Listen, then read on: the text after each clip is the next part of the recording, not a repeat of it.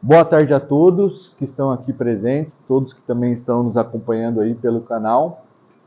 Nós vamos dar sequência no curso de extensão intitulado Diálogo de Ciência e Fé. E agora em 2025/1 nós vamos concluir essa etapa. Nós já tivemos 7 palestras em 2024/2. Curso computa horas, 15 horas, né? De extensão para graduação. E hoje nós estamos com o assunto o que fazer após essa graduação. Então, quem quiser fazer esse curso e outros cursos, né, de extensão, vão computar horas, vão se graduar, e aí depois da graduação, o que fazer? E aí o subtítulo é Ingresse no mestrado com a força de Sansão. Aí, sei que tem muitos estudantes de graduação, mas nós também temos aqui agora 2 pós-graduações. E não se esquecendo que existem pessoas que entendem que o ser humano é só matéria, não é? Essas pessoas são materialistas. Então, após acabar a vida aqui na Terra, acabou tudo. Não tem mais nada no pós-morte. Mas também tem as pessoas que são espiritualistas e elas acreditam que além de um corpo nós temos uma alma e um espírito, que é imaterial, porém é o que rege todas as coisas. Então na teologia tem os dicotômicos que acreditam que a alma e o espírito é um só, ou são um só. Mas também tem os tricotômicos. A maioria dos teólogos são tricotômicos, admitem a divisão da alma e do espírito. Então a alma está à sede das emoções e o espírito é o que pode comunicar com Deus. Ele é que tem essa capacidade. Eu ainda vou um pouquinho mais longe e admito que a alma ela faz uma interseção entre o corpo e entre o espírito, que o espírito não tem condições de comunicar diretamente com o corpo. Ele comunica com a alma e a alma comunica com o corpo. Mas quando a gente fala de sede de emoções, nós falamos de sentimentos e existe toda uma parte neurológica, uma parte fisiológica que é uma parte do corpo. Não é? Porque existem muitos tratamentos psicológicos, psiquiátricos e muitas drogas. A medicina desenvolveu muito nisso e comprova isso. Porém, existe uma parte da alma que comunica com o espírito, porque o espírito é um espírito consciente, então ele carrega essa consciência da alma, né? Domingo estávamos lá na Igreja Evangélica Resgatar em Cristo e nós falamos do arrebatamento de João, que escreveu o livro de Apocalipse. João é uma demonstração de tricotomia. O corpo dele ficou exilado na ilha de Patmos, mas ele foi arrebatado até o 3º céu. Então, o espírito de João saiu consciente e ele teve a visão do Apocalipse. Certo? Agora, pós-graduação. Quando a gente fala de pós-graduação, existem 2 caminhos. Você pode ir para o caminho lato sensu, fazer um curso de curta duração ou uma especialização. E o foco disso é te deixar apto, rápido para o mercado de trabalho, não é? Então, existem muitas especializações do tipo lato sensu. Mas também existe as do tipo stricto sensu. Até esqueci de colocar o itálico aqui, ó. São cursos de mais longa duração, você dedica a uma pesquisa científica e no final você acaba fazendo um mestrado e um doutorado com foco na área acadêmica, né? Quem gosta de pesquisa no Brasil, não tem muitas instituições que investem em pesquisa privadas. A maioria da pesquisa é feita na Universidade Federal, nos institutos federais. Então, o foco aí é a academia. Bom, por que a história de Sansão? A história de Sansão está lá em Juízes, nos capítulos 13 a 16, e um período que o povo de Israel viveu, e para mãe de Sansão apareceu um anjo e disse que ela daria à luz a um filho, que ele seria um nazireu, que não poderia cortar o cabelo dele, e ele não poderia beber vinho, e Deus ia usar a vida dessa criança para começar a libertar o povo de Israel, que nesse momento da história estava subjugada a uma nação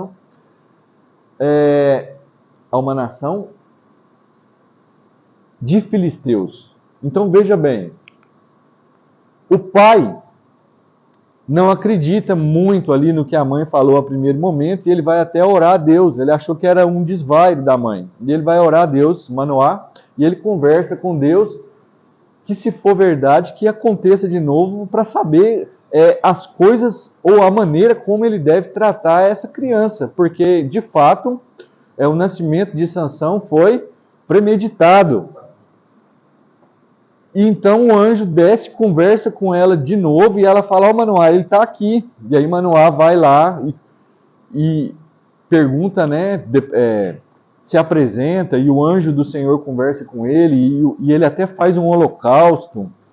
E Manoá fala, nós queremos saber seu nome, para quando isso acontecer, nós reverenciarmos esse momento. E enfim, aí esse anjo do Senhor, quando o holocausto é queimado, ele sobe junto com a fumaça, e ele responde a Manoá dizendo, por que você quer saber o meu nome se o meu nome é mistério? Quando ele fala isso, a maioria dos teólogos entendem que esse anjo do Senhor, até quando você for ler isso na Bíblia, ele não é um anjo comum. Ele aparece com artigo definido O em maiúsculo, então ele é o anjo do Senhor. E a maioria admite esse fenômeno de teofonia como sendo Jesus aparecendo no Velho Testamento. Então, essa criança cresce, desenvolve fisiologicamente, e em um determinado momento da história, você pode ler tudo aí na sua casa, é interessante, né? É uma história muito contada na Bíblia, tem vários filmes sobre a história de Sansão, vários livros para as crianças, então, né, elas se divertem muito com isso aí. Ele sente que o Espírito de Deus tinha apoderado da vida dele, então ele percebe que ele não era uma pessoa normal, e num determinado momento, quando chega assim na fase adulta, ele se interessa por uma mulher filisteia, e a mãe dele até adverte ela.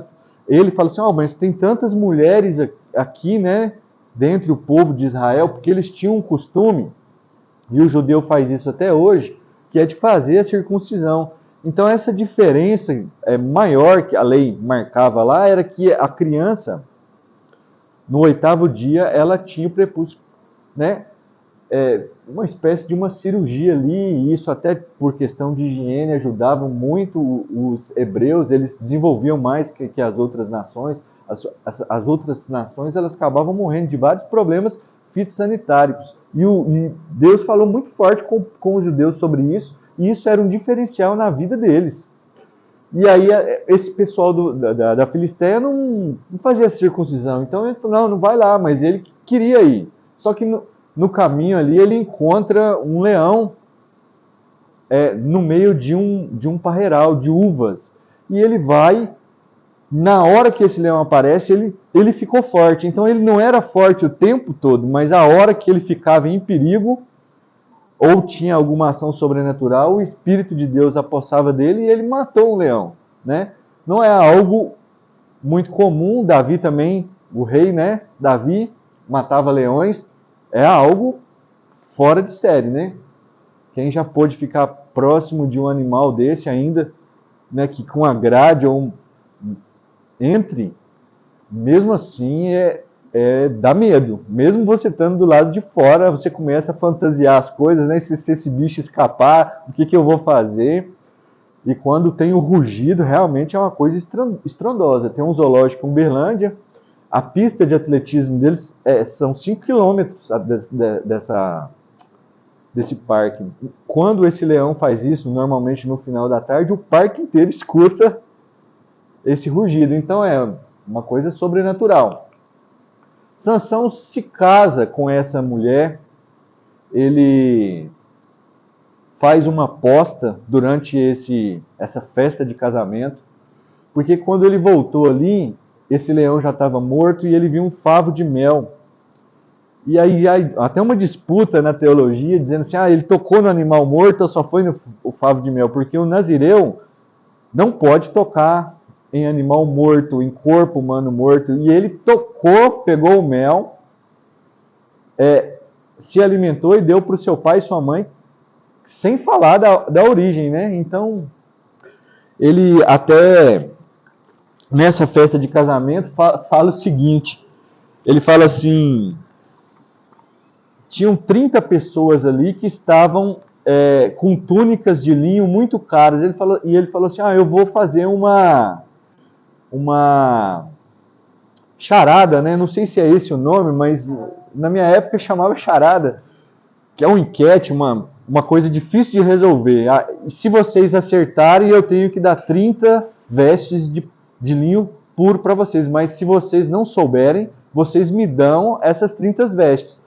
Então, Sansão vai e diz assim, do que come saiu comida, e do forte saiu doçura. Do que se trata, né? Ele fazendo menção a isso que ele viveu aqui. Aí o pessoal não conseguia saber. E a esposa dele foi persuadida a falar para o pessoal, porque o pessoal ficou com raiva. Falou assim, nós viemos aqui na sua festa de casamento e você veio nos roubar, ou seja, nós não vamos conseguir responder isso aí, vamos ter que passar as nossas roupas para Sansão. Ele vai ficar com 30 vestes. E aí, senão nós vamos matar sua família, pôr fogo na casa do seu pai e tal. E aí ele não falava, ele falava assim, eu não falei isso nem para o meu pai e para minha mãe, vou falar para você.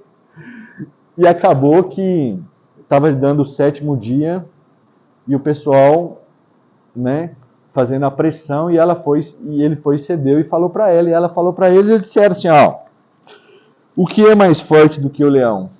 E o que é mais doce do que o mel?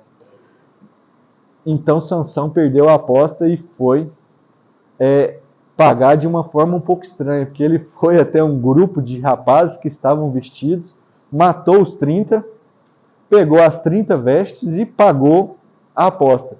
Então assim, você vê que ele era um homem que tinha uma promessa, era cheio de Deus, uma força sobrenatural, mas ele era meio irresponsável, né?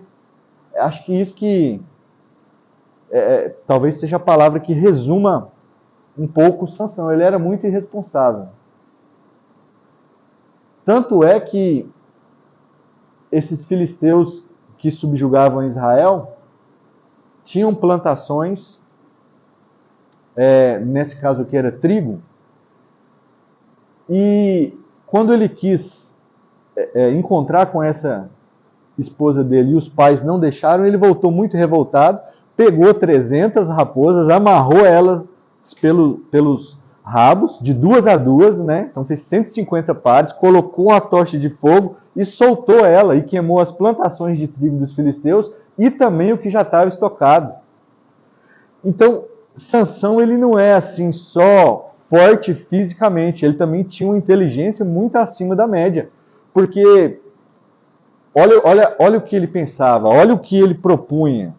Ele tinha uma capacidade intelectual. Às vezes as pessoas só focam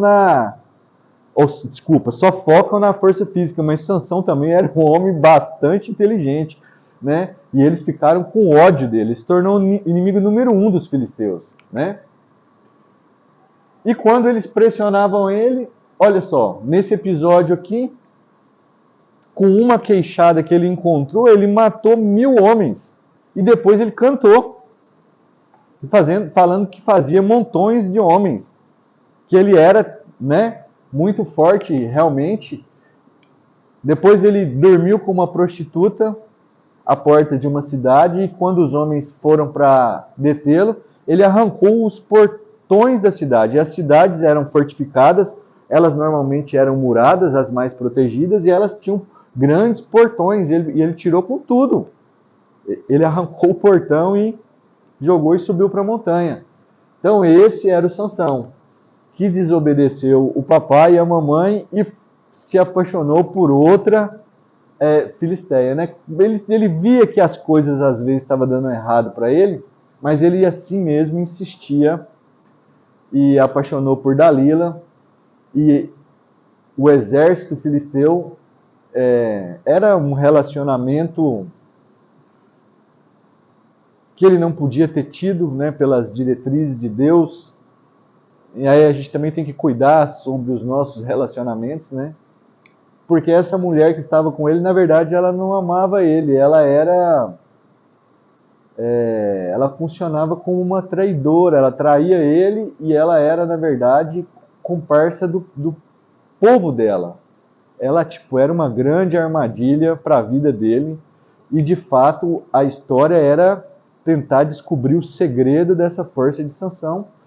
E ele vai brincando com ela. Assim, às vezes o pecado chega e a gente não afasta dele assim de uma vez, né? A gente vai, tentando ali conviver com aquela situação e vai ficando cada vez mais profunda até se tornar uma situação praticamente irreversível. Então, veja bem aí que ela amarrava ele, aí os filisteus chegavam, ele cortava as cordas, né?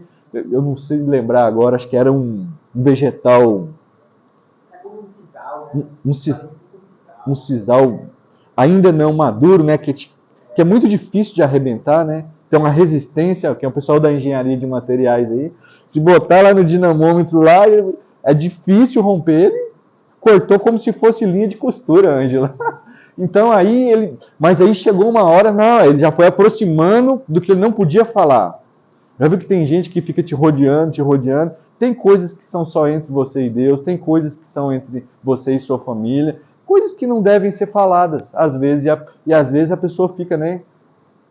E você acaba falando, ele falou, não, é só amarrar minhas 7 tranças, ó, pra você ver, já estava falando do cabelo, né? E da outra vez ela pressionando ele, você não me ama, você diz que me ama e não me ama, fala logo aonde que é, né? Ele, não, se eu sou nazireu, se cortar o meu cabelo eu vou perder a minha força. E ela fez isso, e ele achou que tinha, mas não tinha mais força, porque ele já não tinha mais Deus. O Espírito de Deus afastou dele. Quando a gente erra, o Espírito de Deus afasta da gente. Quando a gente acerta, mais próximo de nós ele fica. Então, se você erra voluntariamente, é porque você não conheceu ainda Deus. E o apóstolo Paulo diz que quando nós erramos, nós devemos errar involuntariamente, ou seja, o mal que eu não quero fazer, isso eu acabo fazendo. Então, às vezes você peca por um pensamento, por uma ação, às vezes você fica irado, mas você tem que ter o arrependimento. Isso é involuntário. A sua natureza acabou sobressaindo o seu espírito, a sua carne, né? A minha carne é a parte da alma que está ligada ao corpo. É ela que é terrível. São as emoções, a gente peca muito por isso. E nenhum homem, mesmo sendo mais cheio do Espírito Santo que for, ele vai errar. Um pensamento, uma ação, alguma coisa. Mas tem que arrepender e voltar rápido para Jesus para que o Espírito Santo continue com a gente. E chega um momento que o Espírito Santo pode ser até extinto da nossa vida. Né? A Bíblia fala, não extingais o Espírito Santo de Deus, um extintor, né? Você pode apagar ele. E aí você acha que você tem ele, mas você não tem mais. Complicado, né? Bom, isso aí, todo pecado tem consequência, né? Sansão se tornou um escravo desse povo filisteu. Ele ficava aí sendo humilhado, né? Furaram os olhos dele. Primeiro ele perdeu a visão espiritual, depois ele perdeu a visão física, não é? Furaram os olhos dele e tal, e zombaram dele.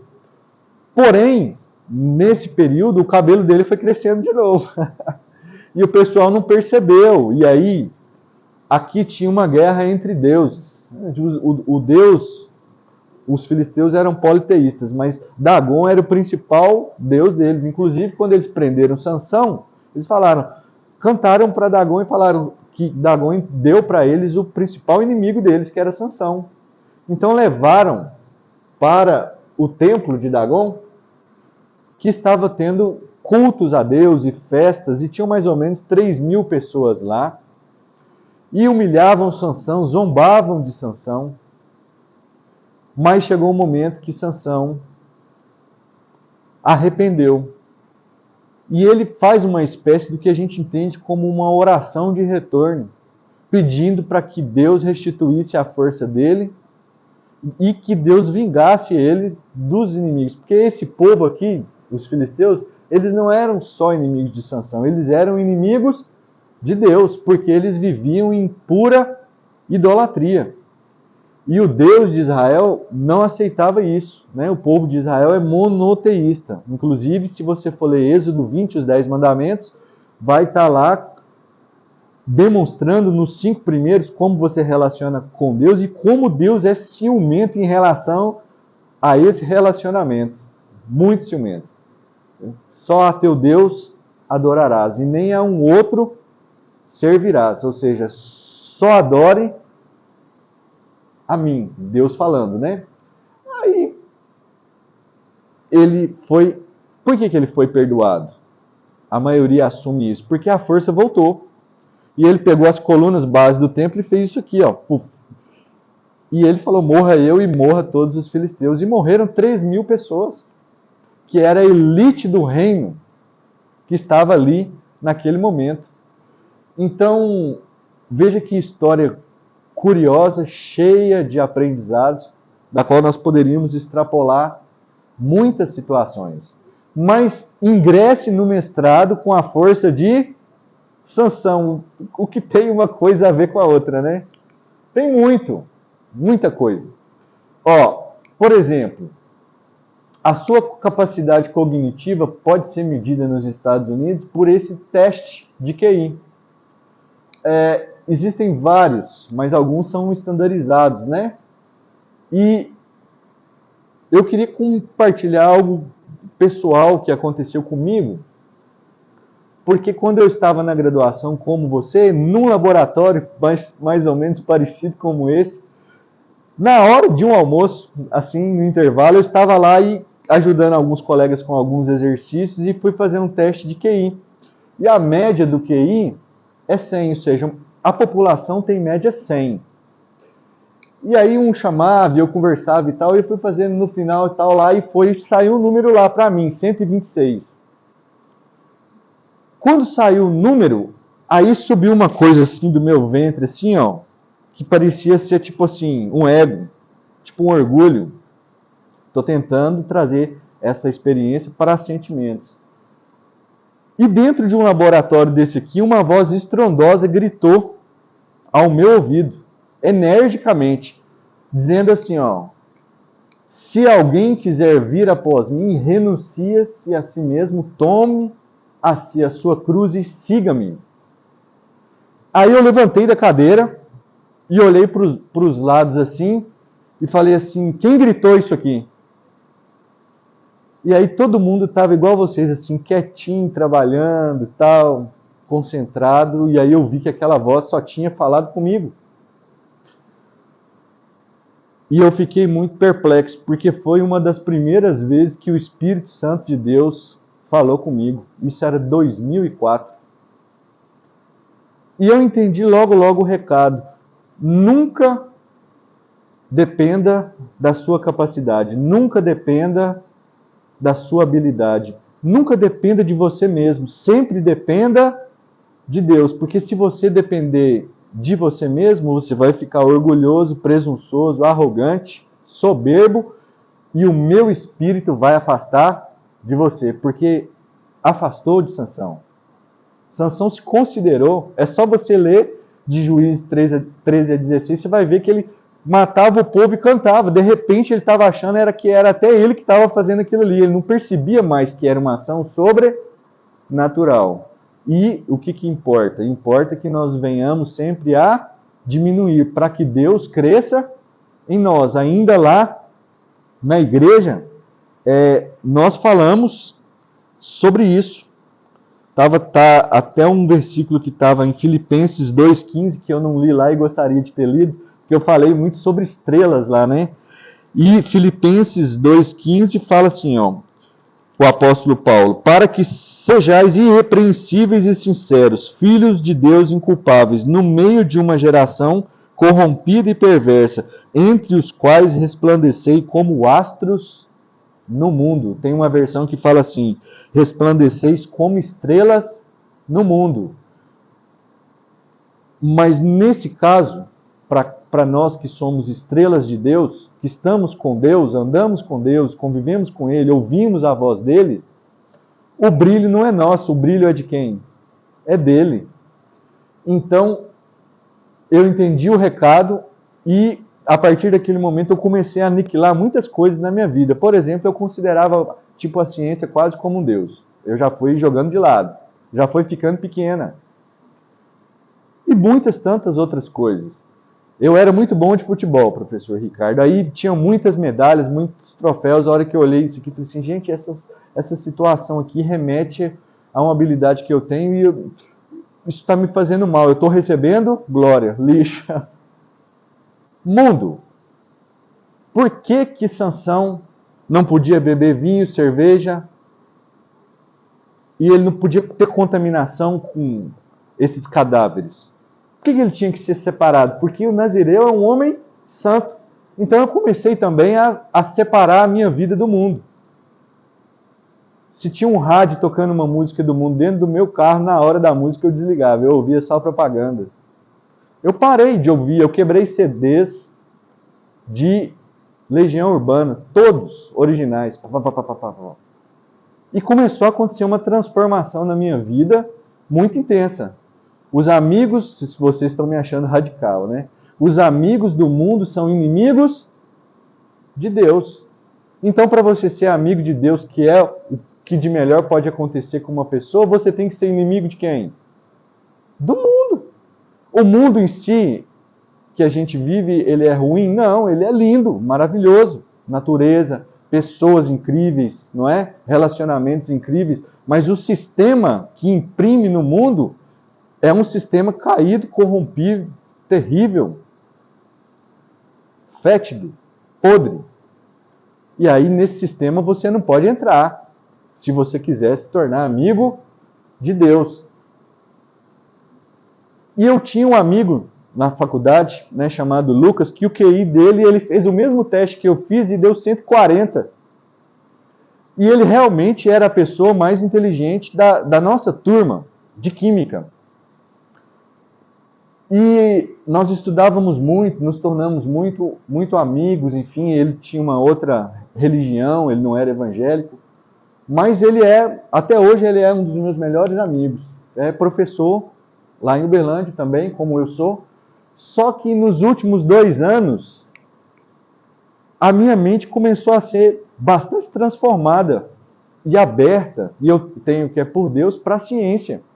Então, nós competíamos um pouco lá e aí a gente comparava as minhas médias com as médias dele. E aqui, ó, química não é um curso fácil, viu? Então, os engenheiros de materiais viram para mim e falaram assim, você não é engenheiro químico, você é só químico? Eu falei assim, só químico? Mas, em 2000, isso aqui era muito difícil, tá? Quem tirava 60 pontos numa matéria, 65 de média, soltava foguete.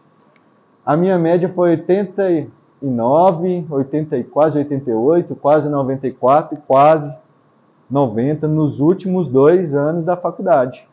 Todas superiores ao Lucas. E aí o pessoal falava, mas poxa, Lucas. Aí eu brincava com ele e falava assim, busque mais a Deus. Porque mais inteligente do que eu ele era.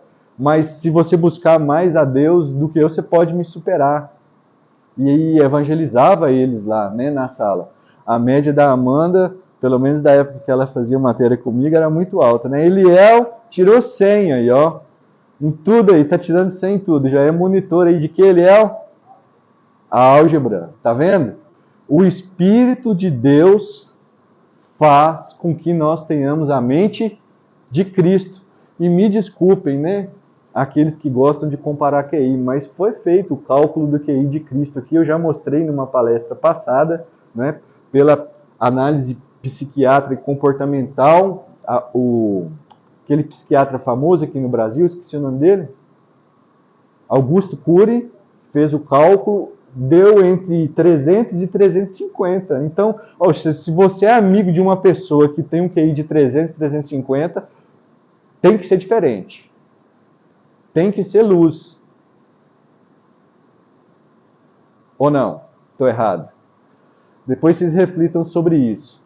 Mas eu falava para ele, lá, inútil é levantar de madrugada, repousar tarde, porque eles estudavam muito. Eu vi que eles tinham um ritmo alucinado.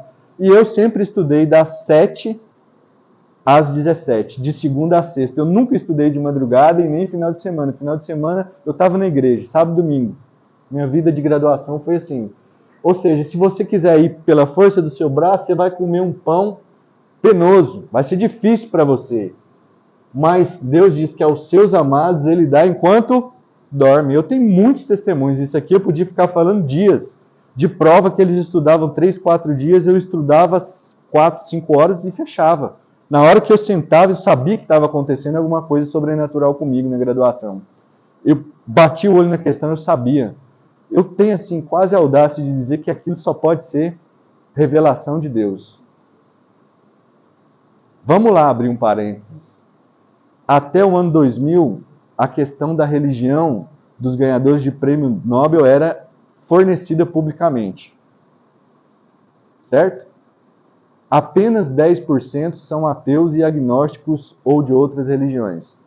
Os outros 90% ou são cristãos ou são judeus. Ué, mente de quem? De Cristo. Pode olhar a história, pode olhar a trajetória. E terminei a graduação e fui fazer a prova de mestrado. Eu não precisava ingressar no mestrado. Embora aqui eu tinha uma base muito boa, eu fui trabalhar na indústria e fiquei 5 anos longe de universidade, só trabalhando com indústria. Daí teve um determinado momento que Deus falou comigo, essa voz inconfundível. Parece que é a sua voz, mas não é. Você percebe claramente que o Espírito Santo está comunicando com o seu espírito. Ele fala sobre muitas coisas, a maior delas é que você é filho de Deus constantemente, ele não deixa você ter dúvida disso, mas ele também comunica coisas da sua vida. E eu, buscando uma orientação profissional, o Espírito Santo disse para mim seguir a área acadêmica. Aí minha esposa foi e me mostrou essa figurinha e falou, mas se você quer ser professor e para nós não passarmos fome, vai fazer mestrado e doutorado. Eu falei, tudo bem, vou fazer a prova. Estudando? Não, 5 anos fora da universidade. Aí na primeira igreja batista de Tumbiara, encontrei uma engenheira química que dava aula na UBRA. Ela falou, Luciano, que dia que é a prova? Eu falei, sexta-feira. Isso era domingo de manhã. Ela falou assim, aí você está estudando? Eu falei, não, estou mais falando das coisas de Deus. Indo nas igrejas, dando testemunhos. A empresa que eu trabalhei abriu grandes portas para mim fazer trabalhos lá dentro, de evangelização. Eu gosto mais disso, eu falava com ela, a professora Carla. Eu falei, mas você tem que estudar. Aí ela foi de noite, né, levou no culto à noite para mim, tanto de livro de química assim, ó. E eu peguei aquilo, levei para casa. E na segunda, terça, quarta e quinta, eu estudei das 7 da manhã às 3 da manhã. Dormia só 4 horas por noite. Na sexta eu peguei o carro e fui para Uberlândia fazer a prova. Quando eu chego lá, tava aquele tumulto, um bloco B, um bloco gigante lá. E aí um rapaz chamado Roberto, eu lembro dele até hoje, assim, conversando, ele falou assim, gente, no semestre passado foi 33 candidatos. Nessa primeira etapa, que é a prova escrita, só passaram 8. Só que agora tem 55 pessoas aqui. E mais difícil, lá teve 3 bolsas, agora só tem uma bolsa. A hora que ele olhou assim, se você está sem fé numa hora dessa, o que você faz, Anjo? Você derrete, né? Você dissolve. Mas ele falou comigo assim, eu nem importei. Parece que eu tinha um escudo assim. Aí eu sentei assim, orei. 2 horas começou a prova. Tinha uns japoneses, né, que você já olha para eles assim, a bolsa é deles, a bolsa é deles. O japonês é muito inteligente, né? Brincadeiras à parte, ninguém é melhor do que ninguém, mas eles têm uma disciplina que deve ser copiada, certo? Agora, terminei 17:15 e a voz do Espírito Santo disse assim para mim: meu servo, a questão número 1 está errada. E era uma questão de fisicoquímica. E essa prova foi assim, eu senti como se eu fosse um Sansão. Eu estava envolvido, uma coisa gloriosa de Deus, que tinha hora que eu parava de resolver as questões, orava e chorava. E o povo ficava olhando para mim assim, sem entender o que estava acontecendo. Falava assim, o que é isso e tal? Porque a presença de Deus é algo muito forte. E eu não tive coragem de falar assim, Senhor, mas então como é que ele faz essa questão? E o que eu estudei nesses 4 dias, intensamente, também não estava na prova.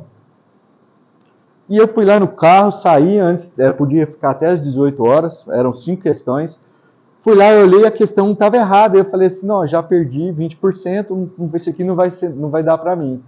Aí liguei para minha esposa, comentei isso, e ela falou assim, mas aonde está a sua fé? Tem hora que a gente dá uma... A estrela quer apagar um pouco, né? E a hora da gente buscar a Deus. Eu falei, não, ou está próximo de uma pessoa, se relacionando com uma pessoa que tenha fé, porque isso também é muito importante, né? É isso que a mãe de Sansão tentou falar com ele, o pai, ele não entendeu. Minha esposa é uma bênção na minha vida, me passa mensagens do céu constantemente. Às vezes eu estou ministrando numa igreja, a pessoa acha que eu que tive aquele entendimento, na verdade foi ela que passou para mim. Até quando a gente está caminhando lá no São Gonçalo, Deus está usando ela para falar comigo. Ela fala, onde que está a sua fé? Aí eu falei assim, é verdade. Se Deus quiser, Ele ainda pode me dar essa classificação. E fomos olhar lá na internet, depois de umas 2 semanas, e o meu nome estava no 2º lugar na prova. E a hora que eu olhei, eu falei assim, não, tá errado, olha isso aqui, Rosilene. Ela foi, olhou assim, eu falei, não, você está em 2º. Você está vendo que o Espírito Santo de Deus é muito inteligente mesmo? Eu falei, demais! E aí tinha mais currículo, mais entrevista, mais projeto. E no final de tudo, nós fomos olhar lá e eu fiquei em 1º lugar. Isso é o resultado do mestrado na UF em 2009/1. O Senhor Jesus me colocou no 1º lugar. Aí, quando nós fomos lá fazer a entrevista, eu tenho um amigo aqui, que eu não vou falar o nome dele, por questão de ética, falou assim, poxa, mas eu estudei 1 ano para fazer essa prova, 10 horas por dia, em Goiânia. E eu fiquei em tal colocação aqui, ele está aqui no finalzinho. E você ficou em 1º, você estudou muito? Aí eu falei assim, 4 dias, mas o que eu estudei não caiu na prova. Ele falou assim, como você está em 1º? E aí o coração dele já abriu para me falar de coisas espirituais, porque para mim estar em 1º, uma ação sobrenatural aconteceu. Então o 1º é sempre o lugar que Jesus deve estar nas nossas vidas. Prioridade máxima. Buscar primeiro o reino de Deus e a sua justiça e todas as outras coisas. Gente, é tudo mesmo, não é? Relacionamento, filhos, coisas materiais.